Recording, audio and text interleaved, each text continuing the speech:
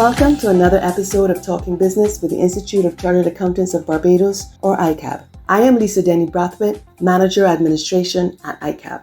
The Public Accounts Committee is a critical pillar of public financial management oversight, helping Parliament to discharge its responsibility of ensuring that government ministries and agencies follow the law and deliver value for money. Public Accounts Committee was historically a joint standing committee of both houses of Parliament and therefore governed by the standing orders. Challenges with the effectiveness of the Public Accounts Committee are not recent, as the 1998 Constitution Review Commission noted in its report that the Public Accounts Committee had at the time reported to Parliament only twice in its more than 30 years' existence, and that the record of its meetings had not been made available to the public. In 2003, the requirements in the standing orders of the House were supplemented with the proclamation of the Public Accounts Committee Act, and in 2019, additional requirements were included in the Public Finance Management Act. Regrettably, there are few legislative provisions which appear to be in conflict with the standing orders, and this conflict is yet to be resolved. The matter came to head in 2013 when the Public Accounts Committee started broadcasting live proceedings of a hearing as permitted by the Public Accounts Committee Act. The government of the day, however, objected to this on the basis that the committee had not yet completed its review and laid its report in Parliament as required by the standing orders. The government threatened to repeal the act but never carried through with the threat. The 2024 Constitutional Reform Commission has now recommended that the Public Accounts Committee be elevated to a committee of Parliament established by the Constitution rather than by legislation to protect against its disbandment. This mirrors a similar recommendation of ICAB and the 1998 Constitution Review Commission.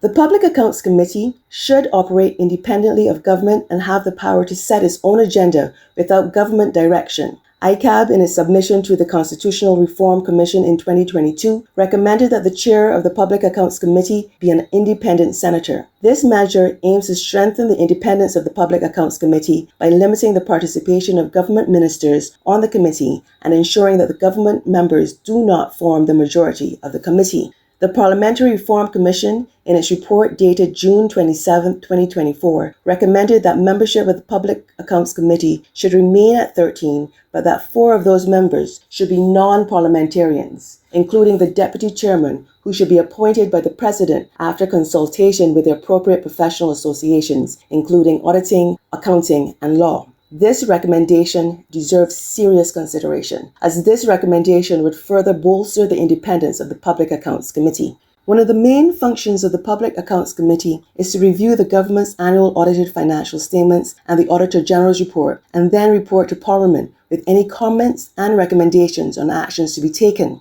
This extends as well to the annual financial statements of all state-owned entities. There is also a legislative requirement for Parliament to debate the recommendations of the Public Accounts Committee and of the Auditor General. These are very important functions of the Public Accounts Committee and of Parliament, which, if effectively carried out, go a long way towards addressing the issues raised by the Auditor General and improving public sector financial management generally. Considering the recurring nature of the issues highlighted by the Auditor General over the years, it is crucial for the Public Accounts Committee to investigate the underlying systemic weaknesses and provide broad strategic recommendations rather than limiting its focus to individual entities or isolated irregularities. The Public Accounts Committee, within its mandate, should advocate for the government to develop and present a comprehensive action plan addressing the fundamental causes of these structural deficiencies and improving financial management capabilities throughout the public sector. The Public Accounts Committee should then periodically follow up, perhaps quarterly, to help ensure prompt and effective implementation of the action plan. The action plan should have clear timelines and assignment of responsibility to the appropriate officers so that there is full accountability for implementation. The committee must, of course, have adequate orientation and training, be supported in its work by appropriate technical and administrative staff, and have a budget to engage experts where required.